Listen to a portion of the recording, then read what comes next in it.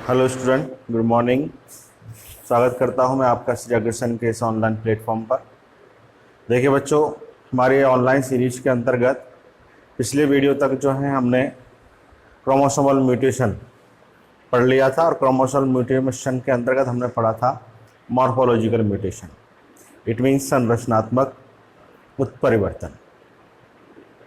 Chromosomal mutation के अंतर्गत आप लोगों को बताया गया था कि यह दो प्रकार से होता है। ठीक है, जो म्यूटेशन है ये आप लोगों को दो बताया था, दो प्रकार से होता है। एक तो होता है आपके क्या, संरचनात्मक उत्परिवर्तन, और दूसरा होता है किसके आधार पर, संख्यात्मक म्यूटेशन। तो संरचनात्मक उत्परिवर्तन, संरचना में होने वाला उत्परिवर्तन, किसके, गुणसूत्र के संरचना में होने वाला परिवर्तन तो कौन सा हो गया, संरचनात्मक हो गया। और अगर किसी गुणसूत्र की संख्या में उत्परिवर्तन या परिवर्तन हो रहा है तो वो कौन सा हो गया, संख्यात्मक उत्परिवर्तन हो गया। तो पिछले वीडियो तक हमने कहां तक पढ़ लिया था, संरचनात्मक उत्परिवर्तन पढ़ लिया था। ठीक है, तो आज हम जो डिस्कस करेंगे वो कौन सा करेंगे, संख्यात्मक, इट मीन्स न्यूमेरिकल म्यूटेशन। ठीक है, तो देखिए बच्चों, न्यूमेरिकल म्यूटेशन इट मीन्स संख्यात्मक उत्परिवर्तन। अगर किसी जीव जाति के अंतर्गत गुणसूत्रों की संख्या में क्या हो, परिवर्तन हो, तो उसके कारण क्या है, उसमें कुछ परिवर्तन देखे जाते हैं, जिसे अपन कहते हैं संख्यात्मक उत्परिवर्तन। तो संख्यात्मक उत्परिवर्तन जो है दो प्रकार का होता है। एक है आपका सुगुणिता और दूसरा है असुगुणिता। ठीक है, सुगुणिता को इंग्लिश में कहा जाता है बच्चों यूप्लॉइडी, और असुगुणिता को कहा जाता है एन्यूप्लॉइडी।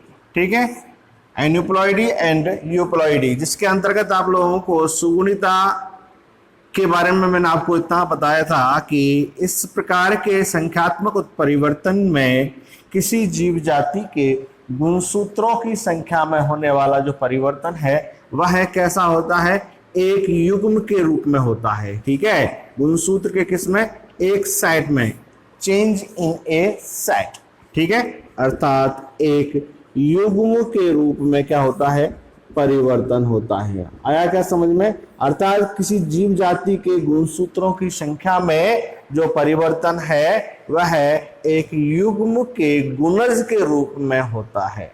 ठीक है, जबकि यहाँ पर इट मीन्स असुगुणिता के अंतर्गत किसी जीव जाति के गुणसूत्रों के अंतर्गत होने वाला जो परिवर्तन है वह किस रूप में होता है, संख्या के रूप में होता है।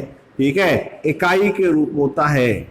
आया समझ में। ठीक है, कि जैसा कि अपन जानते हैं, देखो यहाँ थोड़ा सा आपको कंफ्यूजन हो सकता है कि जैसा कि अपन जानते हैं, हम उनको आना चाहिए कि किसी भी जीव जाति के अंतर्गत जो गुणसूत्र हैं वो किस रूप में, इस प्रकार से पाए जाते हैं। तो ये क्या है, एक पेयर है। जैसा कि हम एग्जाम्पल लें, जैसे कि ह्यूमन बीइंग है। ठीक है बच्चों, ठीक है, तो ह्यूमन बीइंग में अपन क्या कहते हैं कि टोटल क्रोमोसोम की संख्या क्या है बच्चों, 46 है। तो 46, ठीक है, तो n इक्वल टू क्या है, 46, जबकि 2n इक्वल टू क्या कहते हैं अपन बच्चों 23। और ये आपको पता है कि दो प्रकार के बताए गए हैं। क्या, एक तो होते हैं कायिक, जिसके अंतर्गत 22 जोड़े लिखा जाता है बच्चों, क्या लिखा जाता है, 22 जोड़े, और यहाँ पर क्या होता है, एक जोड़ा होता है। तो टोटल कितने हो जाते हैं, ये 23 जोड़े। तो जोड़े से मतलब क्या है बच्चों, यहाँ पर 2n, इट मीन्स पेयर। ठीक है, तो पेयर, तो क्रोमोसोम्स को जो है एक प्रकार से पेयर फॉर्म में ही बताया जाता है कि पेयर रूप में ये गुणसूत्र पाए जाते हैं। आया समझ में।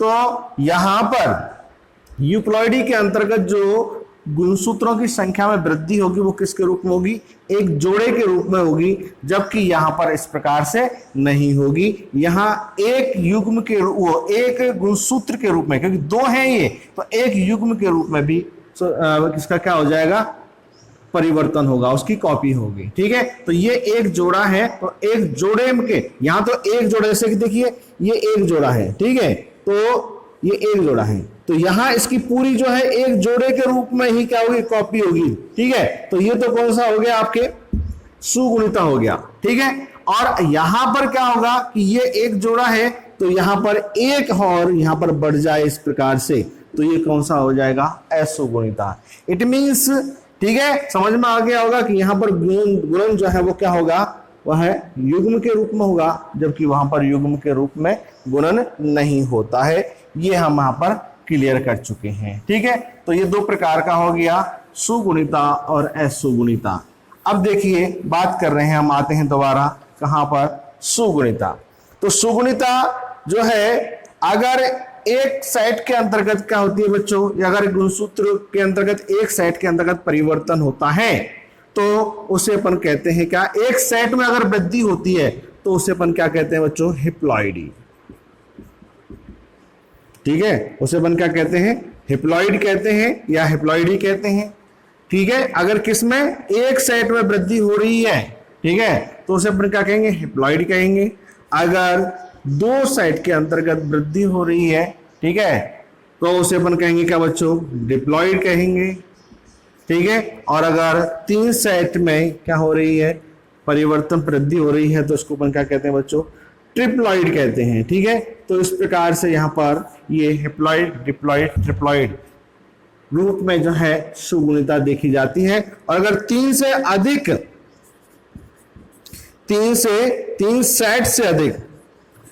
सेट से अधिक क्या गुणसूत्रों की संख्या में क्या हो रही है बच्चों, वृद्धि हो रही है, तो उसे अपन क्या कंडीशन कहते हैं, पॉलीप्लॉइडी कहते हैं या पॉलीप्लॉइड्स कहते हैं। ठीक है, तो पॉलीप्लॉइडी कंडीशन के अंतर्गत क्या है, ये तीन से अधिक गुण सेट ऑफ क्रोमोसोम्स में क्या होता है, चेंज होता है। आया समझ में। ठीक है, तो ये एक मैंने आपको बताया है कि हिप्लॉइड, डिप्लॉइड और ट्रिप्लॉइड्स क्या होते हैं।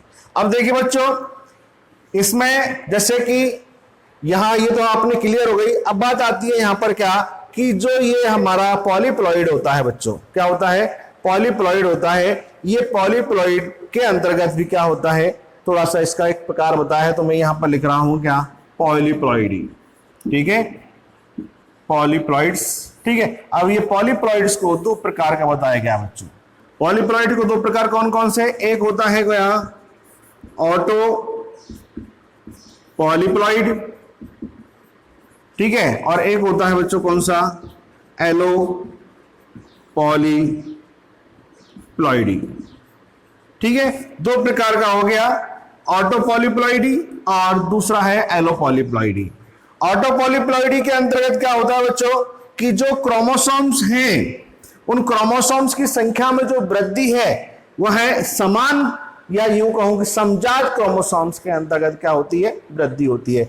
जैसे कि ए है और उसके साथ मगर ए और आकर जोड़ रहा है, तो ये क्या हो गया, ऑटो पॉलीप्लॉइडी हो गया। समझ में आई क्या बात, कि यहां पर जो गुणसूत्रों की संख्या में वृद्धि है वो क्या होती है, समान जात के या समजात क्रोमोसोम्स के अंतर्गत क्या होती है, वृद्धि होती है।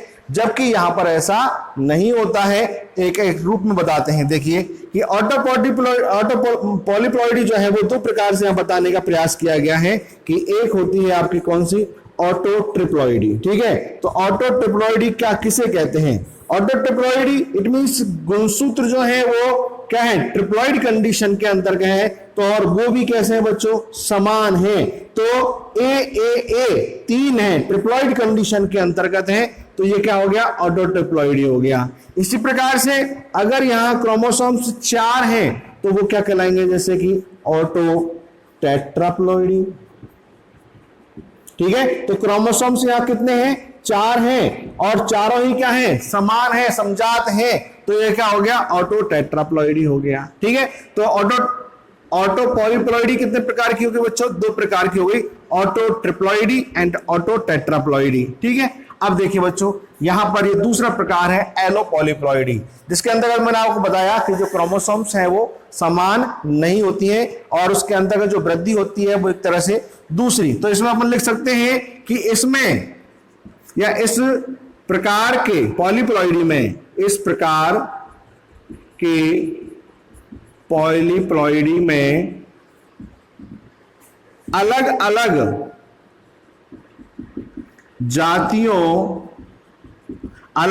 जातियों से, अर्थात गुणन असमान गुणसूत्रों में होता है। ठीक है, जो गुणन है वह कैसा होता है, असमान गुणसूत्रों में होता है। एग्जाम्पल ले लेते हैं बच्चों ये, ठीक है, तो एक दो एग्जाम्पल से पढ़ लेते हैं इसको, एलो पॉलीप्लॉइडी को। जैसे कि माने कोई एक है इसमें एग्जाम्पल हमारा, जैसे कि मूली, ठीक है, तो मूली के अंतर्गत एक लक्षण गुणसूत्र पाए जाते हैं 9, जिसको हम व्यक्त कर रहे हैं यहाँ पर बच्चों आर से, और दूसरी है क्या, गोभी, जिसके अंतर्गत 9 क्रोमोसोम्स हैं, जिसे अपन यहाँ बी।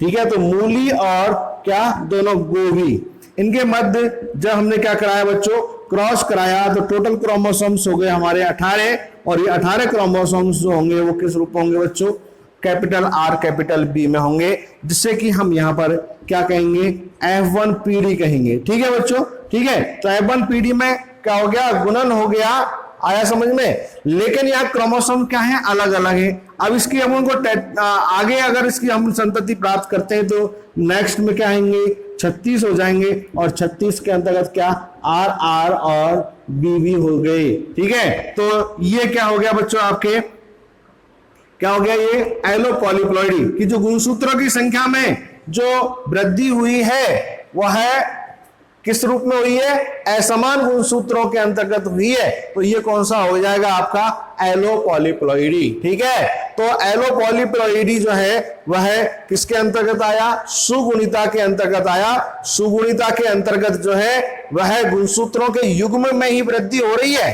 ठीक है, युग्म के रूप में वृद्धि हो रही है, लेकिन अगर समान है वो तो वो क्या होंगे बच्चों, ऑटो पॉलीप्लॉइडी। और अगर असमान है, इट मीन संकर जातियों के द्वारा आने वाली पीढ़ी में गुणसूत्रों में विभिन्नता उत्पन्न हो रही है या संकर जाति प्राप्त हो रही है, तो उसे अपन क्या कहेंगे बच्चों, एलो पॉलीप्लॉइडी। ठीक है, तो इस प्रकार से ये आपका क्या हो गया, सुगुणिता के अंतर्गत पॉलीप्लॉइडी हुआ। ठीक है, अब देखिए इसके बाद है आपको कौन सा, असुगुणिता। ठीक है, तो असुगुणिता किस प्रकार से होती है, सुन लीजिए, असुगुणिता। ठीक, अब देखिए बच्चों, असुगुणिता को भी 2 प्रकार का बताया गया है या 2 प्रकार का माना गया है। एक है इसमें हाइपर, एक तो होता है क्या, हाइपरप्लॉइडी, हाइपरप्लॉइडी, और एक होता है बच्चों क्या, हाइपोप्लॉइडी। ठीक है, हाइपरप्लॉइडी के अंतर्गत क्या होता है बच्चों कि एक गुणसूत्र की अधिकता, हाइपर में क्या होगा बच्चों, हाइपर का मतलब क्या होता है, अधिक। ठीक है, तो एक क्रोमोसोम में वृद्धि या फिर 2 क्रोमोसोम में वृद्धि। ठीक है, तो एक क्रोमोसोम में वृद्धि हो रही है तो क्या बनेगी बच्चों, ट्राइसोमी बनेगी कि नहीं बनेगी, क्यों, क्योंकि 2n तो पहले से है ही, और अगर एक क्रोमोसोम बढ़ रहा है तो 2n + 1 हो गया, तो क्या हो जाएगा 3n, तो क्या बन गए बच्चों, ट्राइसोमी हो गई कि नहीं हो गई। ठीक है, तो एक गुणसूत्र की अधिकता से क्या बन रही है, ट्राइसोमी बन रही है। और अगर यहां 2 क्रोमोसोम में वृद्धि हो रही है तो ये क्या हो जाएगा बच्चों, टेट्रासोमी हो जाएगा। क्यों, क्योंकि 2n तो पहले से है ही, और 2n और बढ़ गए तो क्या हो जाएंगे, 4n हो जाएंगे, तो ये क्या हो गया, टेट्रासोमी हो गया। तो हाइपरप्लॉइडी एक क्रोमोसोम या 2 क्रोमोसोम की अधिकता से ट्राइसोमी और टेट्रासोमी, किसके अंतर्गत, असुगुणिता के अंतर्गत। ठीक है बच्चों, अब दूसरा है क्या कि हाइपोपॉलीप्लॉइडी। तो हाइपोपॉलीप्लॉइडी के अंतर्गत भी क्या होगा, एक क्रोमोसोम की कमी या फिर 2 क्रोमोसोम की कमी। तो 2n तो पहले से होगा ही बच्चों। ठीक है, किसी जीव के अंतर्गत 2n कंडीशन तो पहले होगी, और -1 हो गया तो क्या हो गया, n रह गया कि नहीं हो गया, तो इसको अपन क्या कहते हैं बच्चों, मोनोसोमी कहते हैं। इसको अपन क्या कहते हैं, इस कंडीशन को मोनोसोमी कहते हैं। 2n में से एक गया तो क्या बच गया, n बच गया, तो क्या हो गया, मोनोसोमी हो गया। ठीक है, एक गुणसूत्र की किससे, कमी से। और 2 क्रोमोसोम, अगर 2n में से 2 ही निकाल दिए जाए तो कुछ बचेगा क्या, नहीं बचेगा, इट मीन्स निल हो गया बैलेंस, तो क्या होंगे, इसको क्या कहेंगे, इसको नलीसोमी कहेंगे। ठीक है, तो इस प्रकार से ये हो गया आपका क्या, असुगुणिता। तो यहां पर हमारा जो न्यूमेरिकल म्यूटेशन है वो यहाँ पर क्या होता है बच्चों, कंप्लीट होता है। और इसके बाद हम नेक्स्ट वीडियो में लेकर आएंगे अगला टॉपिक। तब तक के लिए goodbye and thank you.